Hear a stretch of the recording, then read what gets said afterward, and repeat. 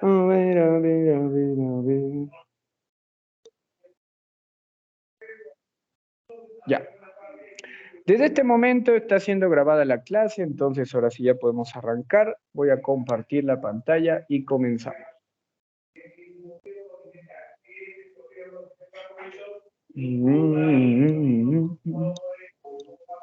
Ya, por acá.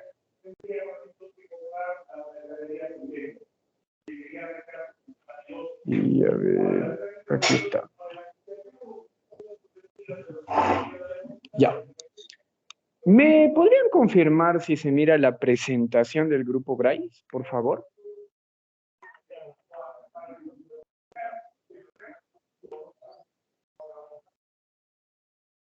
Aló, aló. ¿Me podrían confirmar si se mira la presentación del grupo Braille?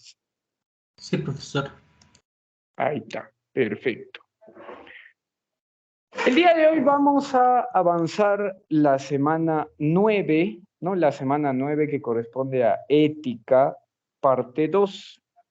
Que ustedes tienen su guía, se pueden guiar de eso.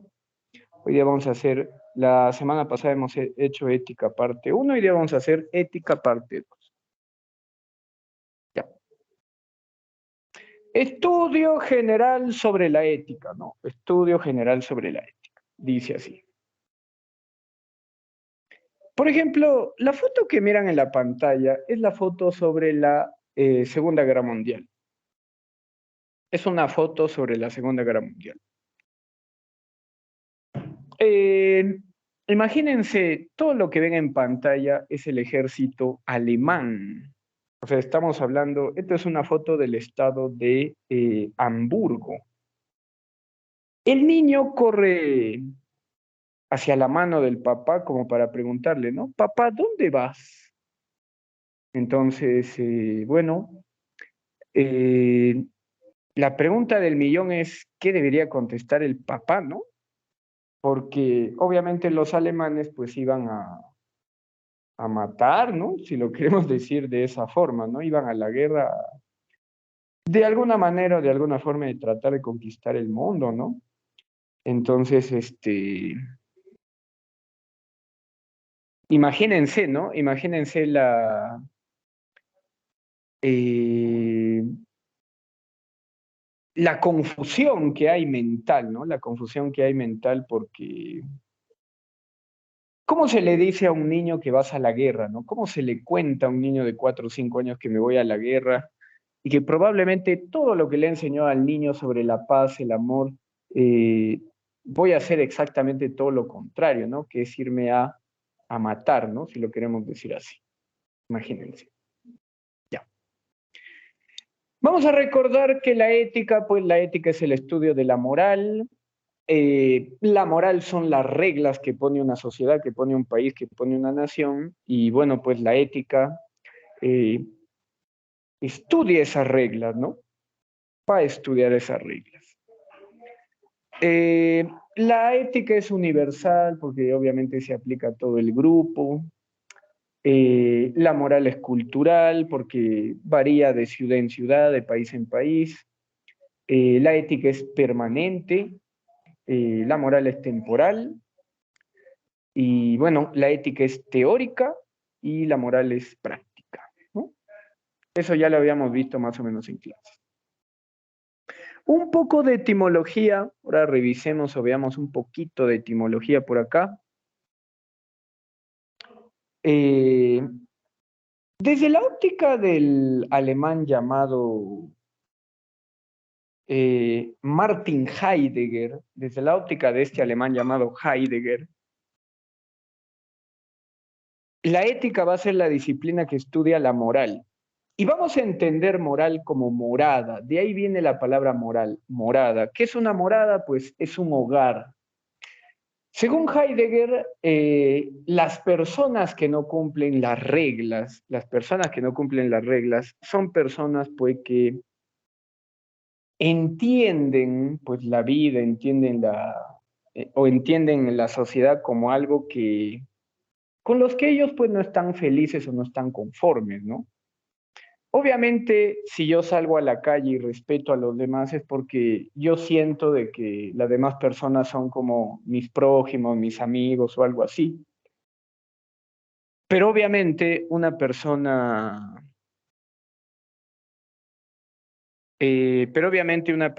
pues,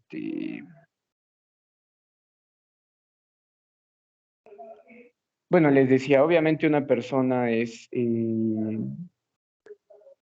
que no siente al grupo o al prójimo como tal, que no se siente como tal o que no está como tal, pues eh, obviamente no va a cumplir las reglas, ¿no? Ese es el mensaje de Hayek. Ahora, en el caso de Aristóteles, que era un filósofo ya de hace como 3.000, 4.000 años, él pensaba que la moral era la acción humana de buscar lo correcto, de buscar el bien, ¿no? Recuerden ustedes que Aristóteles siempre ha dicho de que el hombre nació obligatoriamente para estar en sociedad con otros hombres, ¿no? Nació en sociedad para estar con otros hombres y eso pues genera que tengan que poner reglas, que hagan acuerdos y cosas por el estilo. Ya. Vamos a ver ahora, cuando hacemos un acto valorativo, ¿en qué nos vamos a basar cuando hacemos un acto valorativo, ¿no? ¿En qué elementos, circunstancias, ¿no? Por el estilo. Dice que más o menos son 7 elementos que nos orientan a realizar un acto valorativo, ¿no? Que son los siguientes. Las normas morales, los valores morales, los sentimientos, las normas morales, los valores morales, los sentimientos, los juicios que hacemos, la acción moral, la conciencia de cada persona y obviamente las sanciones, ¿no? Sobre todo las sanciones internas, ¿no? Más que las externas, sobre todo las sanciones internas. Ya, empezamos acá. Profesor, ¿por qué las normas morales influirían en el juicio que yo hago para valorar algo? Obviamente porque hemos aprendido reglas. Los seres humanos aprenden reglas y como los seres humanos pues aprenden reglas, muchas veces para valorar algo lo hacen en función a las reglas, ¿no? Supongamos que yo quiero buenos trabajadores en mi empresa, pero yo reviso pues el currículum de muchos de ellos y me sale de que pues no entraban a clases en el colegio, que aprobaron a las justas, entonces obviamente eso va a provocar o eso va a generar de que tenga un mal juicio sobre esa persona, ¿no? Entonces, a eso se refiere con normas morales, cumplir las reglas, ¿no? Guiarme por cumplir las reglas. Los valores morales más bien se va a referir, los valores morales más bien se va a referir a que el ser humano, pues, para bien o para mal, el ser humano para bien o para mal, el ser humano para bien o para mal, le dé importancia más a unas cosas que a otras. Vamos a imaginar que cuando usted se enamora, la primera característica que usted le atribuye a la persona que se va a enamorar es la fidelidad. O sea, primera grada para que usted se enamore de una persona, fidelidad. Fidelidad. Pero en cambio, vamos a imaginar que otras personas, en vez de elegir fidelidad, escogen empatía, que sea una persona empática. Y otra persona dice, no, que no sea empática, que sea alguien gracioso. Entonces, según los valores que tiene cada persona, pues va a valorar más a unos que a otros. 3. También podemos juzgar a una persona o no en función al sentimiento que expresa. En función al sentimiento que expresa.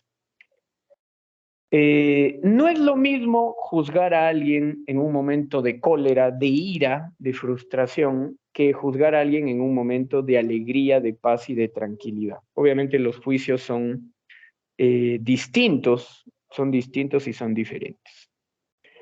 El juicio consiste en describir algo a favor o en contra. Supongamos que yo diga, en estos momentos en Arequipa hace calor. Yo me imagino que todos lo hemos notado, ¿no? En Arequipa hace bastante calor.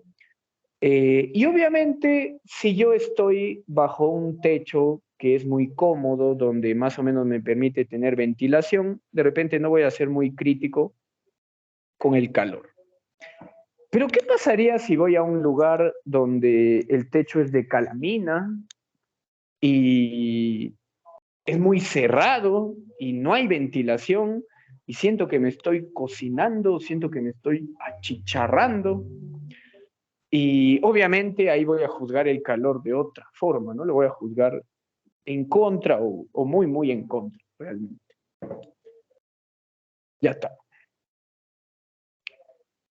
Siguiente forma de juzgar que tiene la ética. Vamos a usar ahora la acción moral. Es lo que hacemos, ¿no? Lo que hacemos cotidianamente, lo que hacemos en el día a día, eso es juzgar la acción moral. Por ejemplo,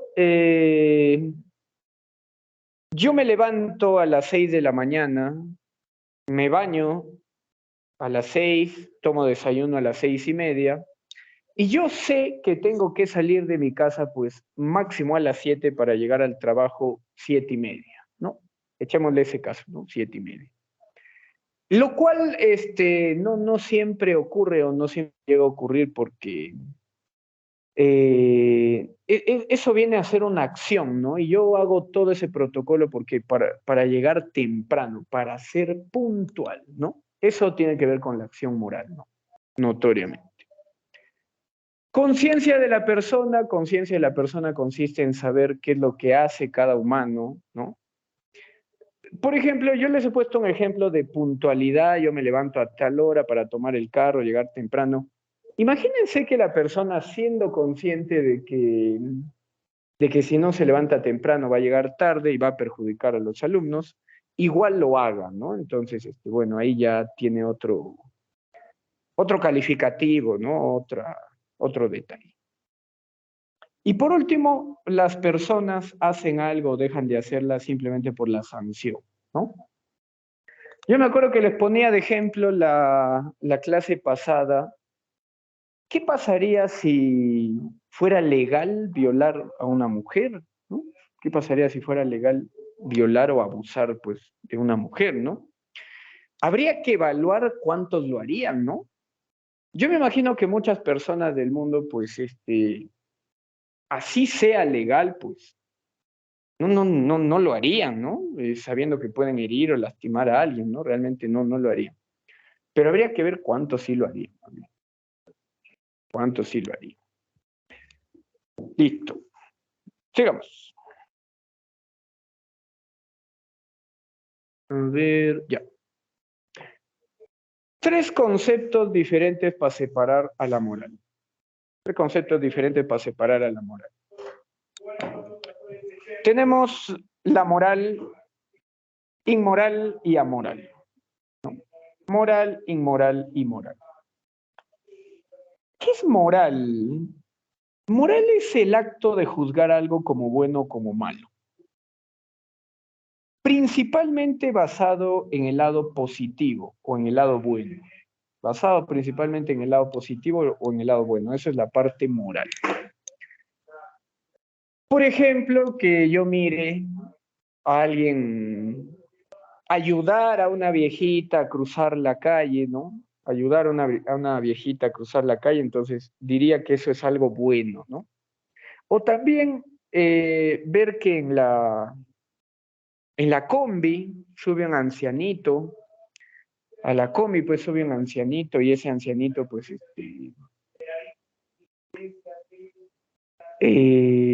necesita sentarse, ¿no? Necesita estar sentado y varias personas no le dan ni bolas, se echan a dormir o algo así. Entonces, eso más bien sería malo, ¿no? Sería juzgado por la moral como malo. En el caso de lo inmoral, pues lo inmoral se refiere a lo contrario a la moral, ¿no? O sea, en vez de juzgar algo como bueno o como malo, hacer lo opuesto, hacer lo contrario y centrarme principalmente en las acciones que son negativas. Como por ejemplo, lo contrario a la honestidad sería pues la crítica sin prejuicios, ¿no? Si queremos llamarlo así, la crítica directa, frontal, ¿no? A eso, bueno, nos referiremos. Y por último tenemos lo que es amoral. Amoral más bien se refiere a juzgar usando otros criterios. Otro tipo de criterios. Bueno, por ejemplo, la estética. La estética es un criterio diferente, o la estética es un criterio diferente a las acciones o a los valores que hacemos comúnmente, ¿no? Por ejemplo, le pongo el siguiente ejemplo. No es lo mismo decir que alguien es guapo a decir que alguien es honesto.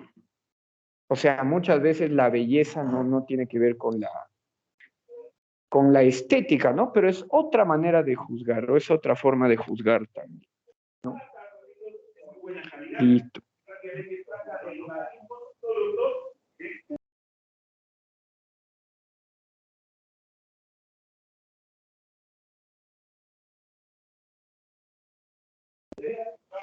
Sigamos. Bueno, 3 conceptos básicos: agente moral, persona moral, idea de bien. Agente moral, persona moral, idea de bien. Empezamos por el agente moral, llamado también sujeto moral. Es el ser humano que realiza la acción y se deja llevar por las costumbres y por lo aprendido. En el caso del agente moral, pues, el agente moral o el sujeto moral, pues, viene a ser un elemento que simplemente contempla el mundo. El sujeto moral es una persona que contemple el mundo, es una persona contemplativa, si le queremos llamar así. Yo salgo en mi día a día a la calle y digo, pues, qué olor tan agradable el del pollo a la brasa, pero no lo estoy analizando, simplemente lo estoy contemplando por los sentidos. O de repente pasa una persona y yo digo, wow, esa persona es muy guapa o esa persona es muy atractiva. Eso también tiene que ver con agente moral, ¿no? El que contempla simplemente. En cambio, cuando hablamos de persona moral, ya eso sí cambia la cosa porque ya es el humano que tiene conciencia. Principalmente tiene una conciencia interior. Ese humano ya tiene conciencia total. Y generalmente esa conciencia se basa en un criterio a priori y a posteriori. A priori es usando las experiencias previas y a posteriori pues tratando de analizar el futuro, ¿no? ¿Qué es lo que pueda pasar en el futuro? Por ejemplo, a priori también significa que primero lo vamos a reflexionar, ¿no? Y luego lo vamos a realizar. Mientras que a posteriori se refiere a que primero lo vamos a hacer, primero lo vamos a hacer y luego lo vamos a analizar, ¿no? A priori viene de primero razonamos y a posteriori viene de posteriormente lo razonamos o lo pensamos, en ese caso. Ya está. Ahora, pasamos a lo que es la idea de bien, ¿no? O la idea del bien. Generalmente se relaciona con lo bueno de los deberes. Una persona también realiza sus deberes, para bien o para mal. Una persona realiza sus deberes, ¿por qué? Porque cree que es algo bueno. Cuando yo llego temprano a la academia, yo me siento bien porque sé que estoy haciendo algo bueno, ¿no? A eso se refiere también con el bien. Número 2, solo se puede percibir lo bueno o lo malo en la acción. Mentalmente no se puede describir algo como bueno o como malo, ¿no? sino que solamente cuando el ser humano ejecuta la acción, ahí podemos calificarla como bueno o como malo. Aristóteles decía que la bondad no es una obligación, sino que sale de adentro. O sea, desde la óptica del filósofo Aristóteles, la bondad es innata en el ser humano, ¿no? Como la maldad también, obviamente. Número 3, la misión de nosotros es conocernos lo bueno que tenemos por dentro. Eso era algo que recomendaba Sócrates, ¿no? Cuando decía, conócete a ti mismo, ¿no? Conócete a ti mismo. Ya. Ahora, comparación de las normas morales. Comparación de las normas morales. Vamos a comparar normas morales con normas jurídicas y normas técnicas, ¿no? Dice así. Esto ya lo habíamos visto el día lunes, el día jueves pasado. Las normas morales principalmente son internas y las jurídicas son externas. Las normas morales son universales, o sea, se aplican a todo el grupo, mientras que las jurídicas son particulares, ¿no? Solo es para un grupo cerrado. Las normas morales pueden ser justas o injustas, mientras que las normas jurídicas dependen de un juez, ¿no? O de una autoridad. En el caso de las normas técnicas, pues esta se refería al trabajo o al colegio. Las normas morales son internas, las normas técnicas son externas, porque hay un reglamento. Las normas morales son universales, o sea, se aplican a todo el grupo, mientras que la norma técnica tiene un fin, una condición. Si hablamos del trabajo, el pago, y si hablamos del colegio, pues las notas, ¿no?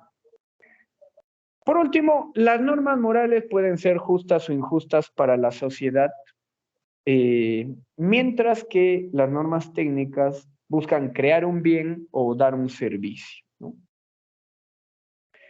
Y por último, habíamos dicho que las normas de trato social, pues más bien se refieren a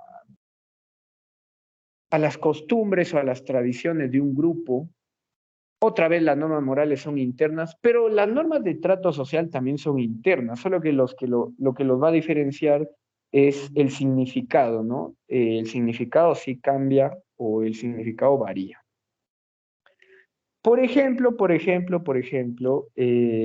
yo les había puesto el ejemplo del saludo, o sea, del acto de saludar. Cuando una persona saluda, eso es un acto moral, una acción moral. En cambio, el trato social más bien se refiere a que el saludo cambia según el lugar donde vives, ¿no? Según el país donde vives. Número 2, son universales, se aplican a todo el grupo. El trato social es particular porque, eso sí, cambia de grupo en grupo. Las normas morales pueden ser justas o injustas para la sociedad, mientras que el trato social más bien se realiza por presión de los padres o de los amigos, ¿no?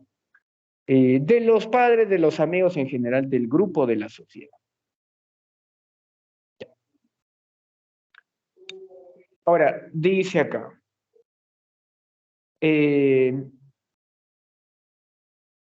valores que están relacionados con la ética. Valores que están relacionados con la ética. Tenemos, por ejemplo, a la igualdad, a la justicia, a la solidaridad, a la libertad y a la empatía. Son los principales valores que están relacionados con la ética. Dice así. Empezamos por la igualdad. La igualdad consiste en tener la capacidad de un grupo, de una persona, de que tenga las mismas características, ¿no? El ser humano es defendido por la Constitución, la ley y los derechos humanos, ¿no? Entonces, ¿qué es igualdad? Que todos a largo o a corto plazo lleguen a tener las mismas características, ¿no? Y bueno, para confirmar eso, pues al ser humano se le da una constitución, leyes y derechos humanos, ¿no? Para que ninguno tenga, pues, valores agregados a otros. Pasamos a la justicia. La justicia consiste en darle a cada persona lo que necesita. Entonces, justicia es darle a cada persona lo que necesita, ¿no? No todos necesitamos lo mismo, ¿no? No todos necesitamos lo mismo, ¿no? Por ejemplo, las personas que tienen cabello corto no es igual que las personas que tienen cabello largo, ¿no? Las personas que tienen cabello corto, por ejemplo, usan menos champú que las personas que tienen cabello largo, ¿no? Entonces no necesitarían la misma cantidad, ¿no? De la misma forma, no es igual que tome agua una persona común y corriente a que tome agua, pues, un deportista, ¿no? O sea, no se requiere la misma cantidad. Y bueno, nos ponen tres tipos de justicia, ¿no? Tres tipos de justicia, como es, por ejemplo, la justicia ecológica, la justicia intergeneracional y la justicia social. ¿Qué significa justicia ecológica? La naturaleza es el primer hábitat del ser humano. Si nosotros destruimos la naturaleza, pues obviamente no tenemos dónde vivir. Entonces, el primer elemento que tiene que tener justicia es la naturaleza, porque sin la naturaleza, pues, ¿dónde vivimos? En segundo lugar, tenemos la justicia intergeneracional. Yo puedo creer o yo puedo pensar de que como yo vivo en este tiempo, pues me puedo gastar todo el agua que yo quiera o si quiero, puedo contaminar el medio ambiente. Vamos a suponer que me digan, ¿no? Al ritmo que vamos, en 100 años, pues la contaminación va a ser brutal, ¿no? O va a ser cancerígena. Entonces yo digo, pero yo no voy a vivir pues 100 años, entonces eso no me va a afectar a mí o algo así, ¿no? Entonces, intergeneracional significa que también hay que pensar en las próximas generaciones, ¿no? No solamente en nosotros. Luego tenemos pues la justicia social y bueno, la justicia social más bien se refiere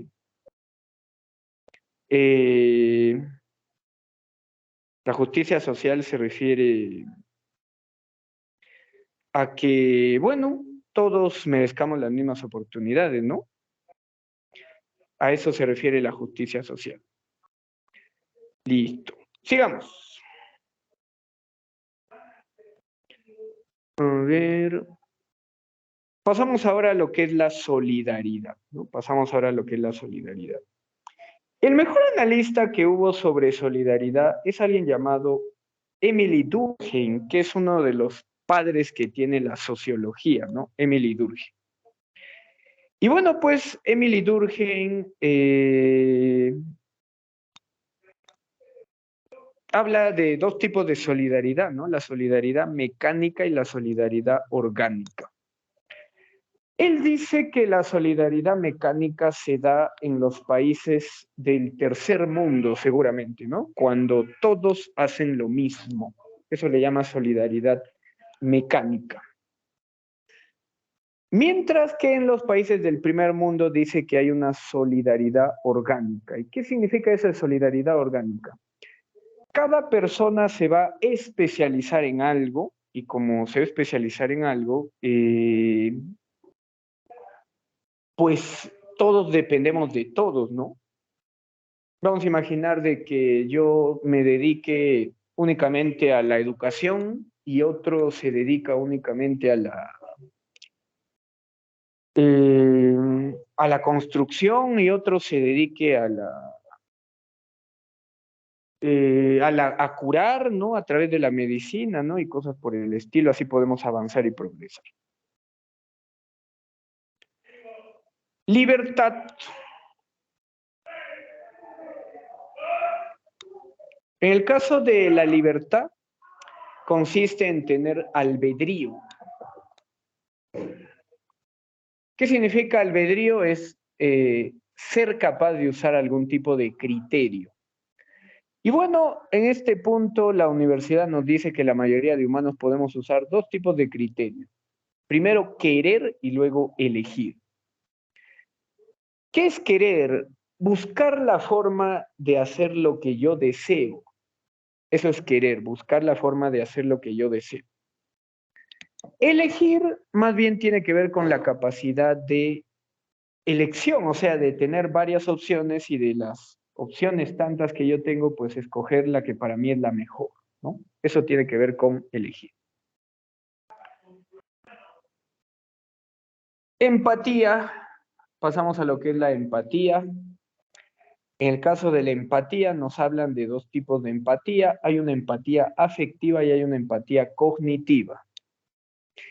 En el caso de la empatía afectiva, consiste en responder con un sentimiento adecuado al estado emocional del otro. Y se basa principalmente pues en la preocupación y en la aflicción. ¿Qué es preocupación? Pues tener compasión por la otra persona. ¿Y qué es aflicción propia? Ser influenciado por lo que vive el otro, ¿no? Ser influenciado por lo que vive el otro. Ahora, en el caso de la influencia cognitiva, consiste en tener la capacidad de comprender el punto de vista del otro, ¿no? No solamente escucharlo, sino entenderlo, ¿no? Y acá tenemos la asunción perspectiva y la fantasía. La asunción perspectiva consiste en adoptar el punto de vista del otro, ¿no? Y la fantasía consiste en identificarnos con cosas que nos describan usando la imaginación, ¿no?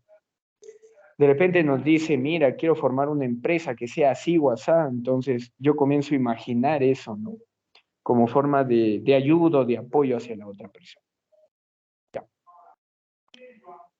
La ética relacionada con la ciencia y con la política, ¿no? Hoy en día, pues, para bien o para mal, los experimentos científicos tienen que ser bien supervisados porque muchas veces se rompen varias reglas de humanidades y de control, ¿no? Y a veces esto es apoyado por la política, ¿no? O sea, la política es el elemento que apoya que se puedan romper este tipo de reglas y cosas por el estilo, ¿no? Entonces, ahí sí, obviamente hay que tener mucho cuidado, ¿no? Ahí sí hay que tener bastante cuidado. Ya. Algunos principios bioéticos, ¿no? Que esto ya lo habíamos, bueno, lo vamos a ver en deontología más adelante, pero les adelanto 3 principios, bioéticos más bien. Principio bioético relacionado al paciente, principio de beneficencia y principio de justicia. En el caso del paciente, pues este principio lleva el nombre de autonomía y consiste en que el paciente tenga la última palabra, ¿no? Ese es principio bioético. El principio de beneficencia consiste en que un paciente obviamente tiene que salir beneficiado y no perjudicado, ¿no? De la acción o del acto. Y en el caso del principio de justicia, pues consiste en que ambas partes cumplan el acuerdo que se les ha dado, ¿no? Que se les ha asignado. Listo. Vamos a ver ahora un poco de ética relacionada con política, ¿ya? O a la política. La política debe estar al servicio del hombre y no al revés. O sea, la política debe ayudar al hombre y no que el hombre se deje ayudar por la política. Los conceptos han ido evolucionando a lo largo del tiempo, ¿no? La política hoy en día se relaciona más con el clasismo y con la corrupción. Obviamente, un elemento valioso e importante hoy en día, pues, tiene que ver con la ética, ¿no? Con la ética y con la política. Listo. Bueno, todo eso corresponde a la primera parte que nos faltaba ver o que nos faltaba analizar.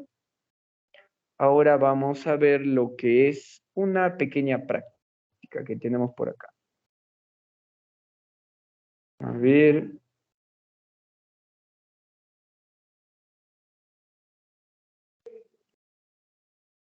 Bueno, esta parte ya hemos hecho que dice que es la ética, que es moral, amoral, inmoral, que es agente moral, que es persona moral, que es acto valor.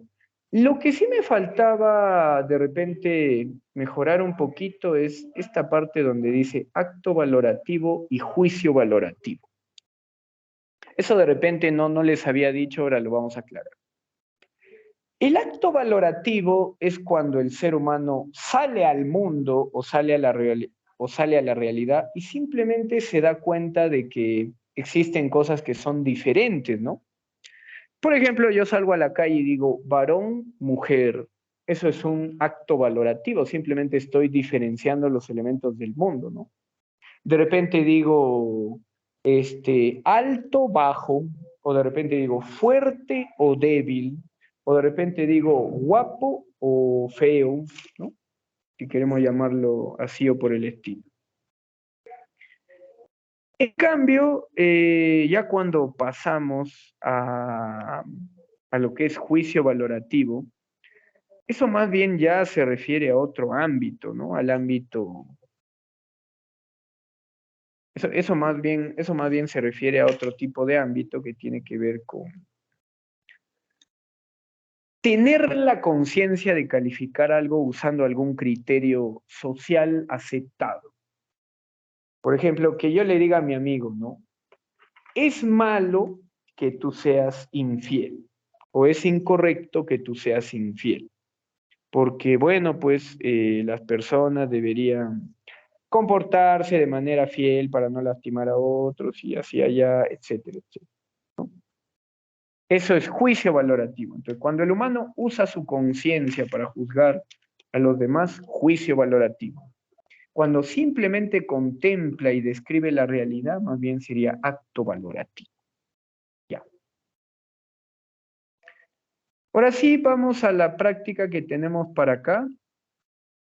Vamos a hacer más o menos unas 20 preguntas sobre lo que es ética y moral. A ver. Ya. Dice acá la pregunta 1. No corresponde a la moral. No corresponde a la moral. Es un acuerdo humano. Ya, la B dice, busca el respeto y la identidad de los demás. Se basa en valores sociales. Busca imponer reglas coaccionando la libertad. Y la D dice, apela a lo valioso de un acto. ¿Cuál creen ustedes que no tenga nada que ver con la moral? ¿Cuál es la incorrecta en cuanto a la moral?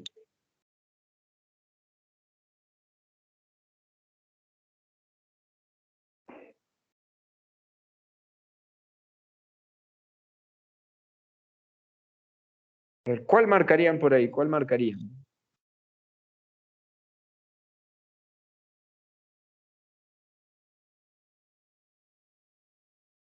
¿Alguno por ahí? ¿Alguna respuestita o el chat?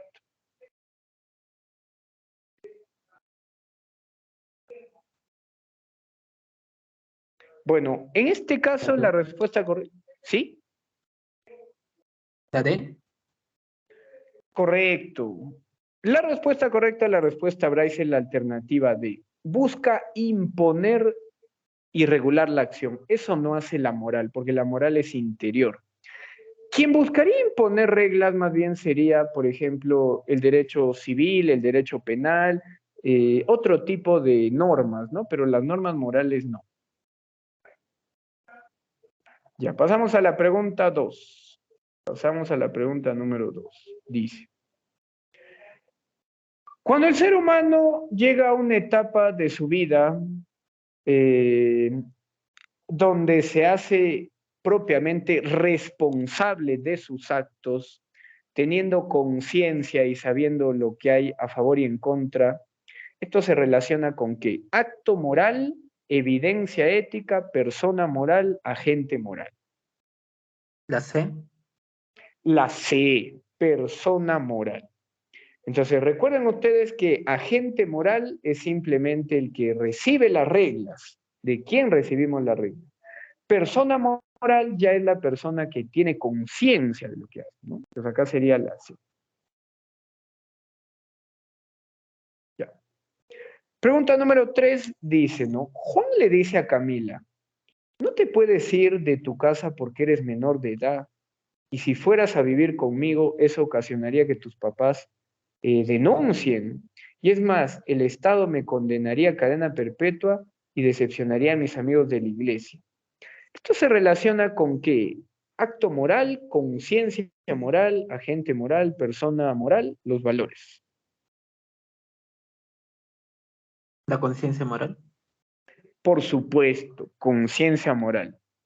Yo le estoy diciendo a la otra persona, oye, lo que haces está mal porque va a tener este tipo de consecuencias, además me van a juzgar. El ser humano tiene conciencia de que esa acción es negativa, entonces, obviamente, conciencia moral. Ya. 4. Este autor nos plantea la ética utilitarista, mantener las acciones correctas y siempre y cuando nos den felicidad. Eso lo habíamos hecho el día jueves, cuando hicimos clases. Yo les había hablado de un autor que habla de la ética hedonista o utilitarista. ¿Stuart?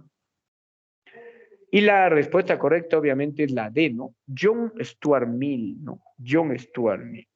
Ya está. Pasamos a la pregunta 5. Dice, este autor considera al hombre emocional y dice que los valores son inmutables. Lo que cambian son los juicios sobre los valores, las acciones y los humanos.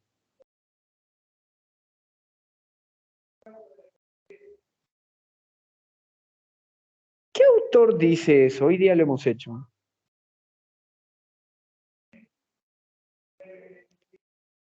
Bueno, eso más bien tiene que ver con Aristóteles, ¿no?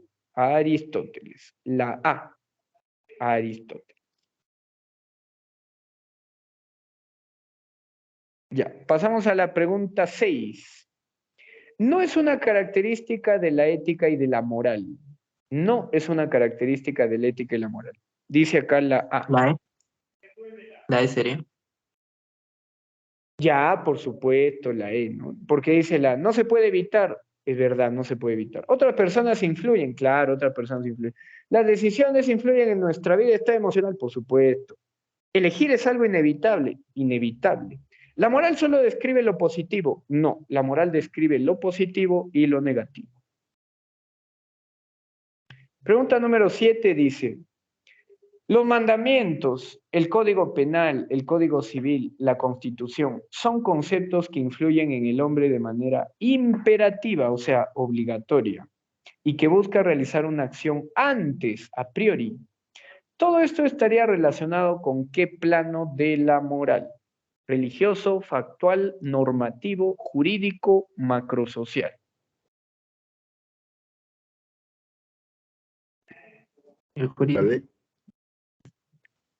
¿Jurídico político? Normativo.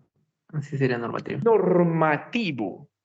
Recuerden ustedes que el día que hemos hecho el jueves, yo les había dicho que la moral solo tiene dos planos: fáctico, que es evaluar, y normativo. Entonces acá nos están diciendo, es una orden normativa. Normativo. Ya sigamos. Pregunta 8. Cuando una persona es famosa y públicamente le es infiel a su pareja, lo cual repercute en la forma en que lo miran, la educación de los niños y provoca un escándalo social, esto estaría relacionado ¿con qué? Con la Con la moral, moral. con la ética, con los valores, con la buena costumbre, con la influencia de los medios de comunicación. Con la moral. Y acá, obviamente, la respuesta es la A, con la moral, ¿no? Con la moral. 9. Los conceptos morales se consideran internos debido a qué. ¿Por qué la moral es interna? Dice la A, la influencia de los papás. La B, el nivel educativo. La C, la manera de interpretar de cada persona. La D, permite a la sociedad generar libertad en el ser humano. Y la E, al refuerzo de los medios de comunicación. La C.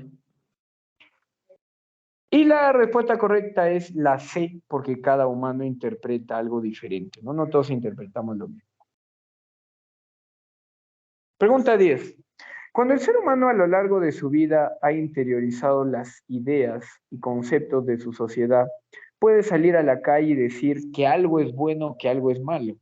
Este poder se lo otorga, ¿quién le otorga ese poder? El desapego social, la identidad social, el juicio moral, superar la alienación o la conciencia, conciencia política. El juicio moral. El juicio moral, la C, el juicio moral. 11. Cuando el ser humano rechaza un candidato a las elecciones por ser futbolista, artista de novelas, cantante de música, ex conductor de televisión, argumentando que no tienen la capacidad necesaria para gobernar su país, usando el recurso llamado factores de Conciencia riesgo, propia. identidad. A ver, vamos a ver las alternativas. Factores de riesgo, identidad cultural, conciencia a priori, desapego político, idea de bien. La C. Conciencia a priori. No, en realidad esta vez no, esa no es la respuesta. La E. La E, idea de bien.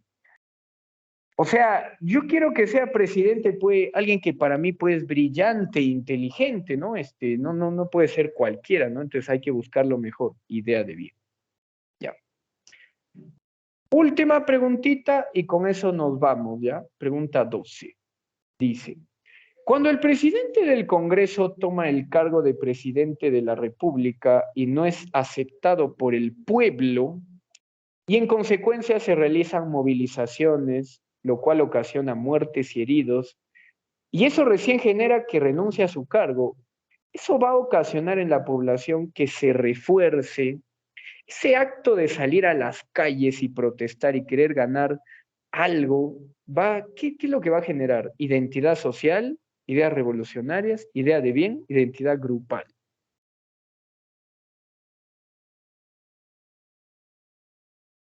La A.